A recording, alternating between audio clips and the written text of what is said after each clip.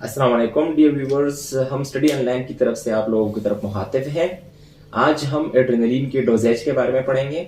सबसे पहले आप लोग हमारे चैनल को सब्सक्राइब करें, इस वीडियो को ज्यादा से ज्यादा शेयर करें और बेल आइकन दबाएं ताकि हमारे नए नए अपडेट्स आप लोगों तक पहुंचते रहें। ठीक है, सो आज हम पढ़ेंगे एड्रेनलिन डोजेज के बारे में।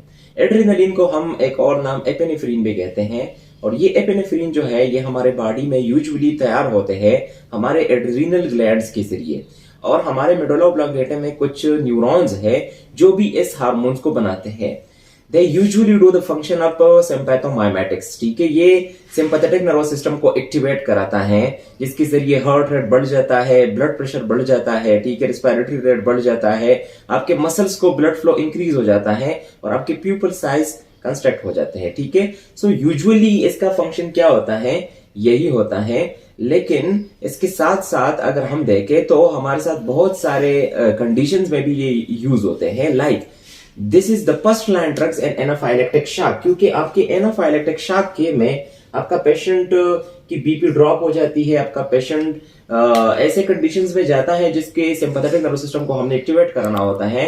सो हम क्या करते हैं, एपिनेफ्रिन देते हैं। इसके साथ साथ अगर आपका पेशेंट कार्डियक अरेस्ट में चला गया और पल्स नहीं है तो आपकी सबसे ज्यादा ध्यान आपका एड्रेनलिन या एपिनेफ्रिन पे जाएगा कि उसको मैं क्या करूं, इन्फ्यूज करूं।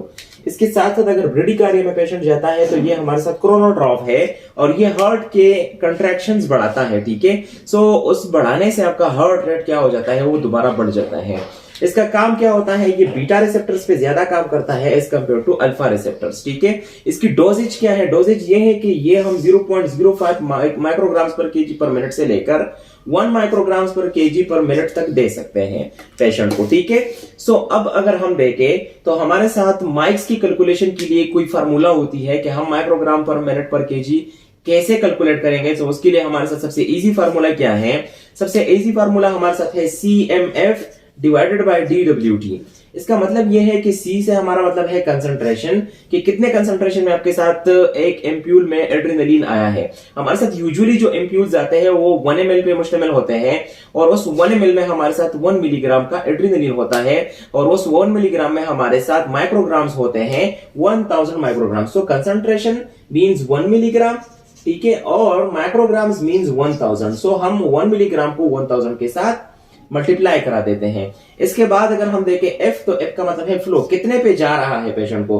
अगर 10 ml पर आवर पे जा रहा है सो हम 10 से मल्टीप्लाई करते हैं और अगर 20 ml पर आवर पे जाना है तो हम 20 से क्या करते हैं, मल्टीप्लाई करते हैं।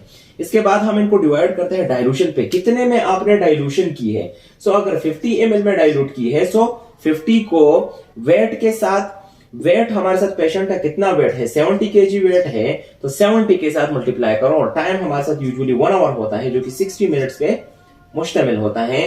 सो हम सिर्फ 60 के साथ क्या करते हैं, इसको मल्टीप्लाई करते हैं, ऊपर वाले हिस्से को नीचे वाले हिस्से पे डिवाइड करा देते हैं और हमारे साथ easily micrograms per minute per kg per minute calculate हो जाते हैं। So this is the most easiest formula to calculate micrograms per kg per minute और आप इससे easily microgram per kg per minute निकाल सकते हैं। आगे वीडियो में हम पढ़ेंगे different examples how to calculate micrograms per kg per minute. So वो हम इसके बाद जो वीडियो होगी उसमें हम पढ़ेंगे। Thank you for listening, subscribe our channel.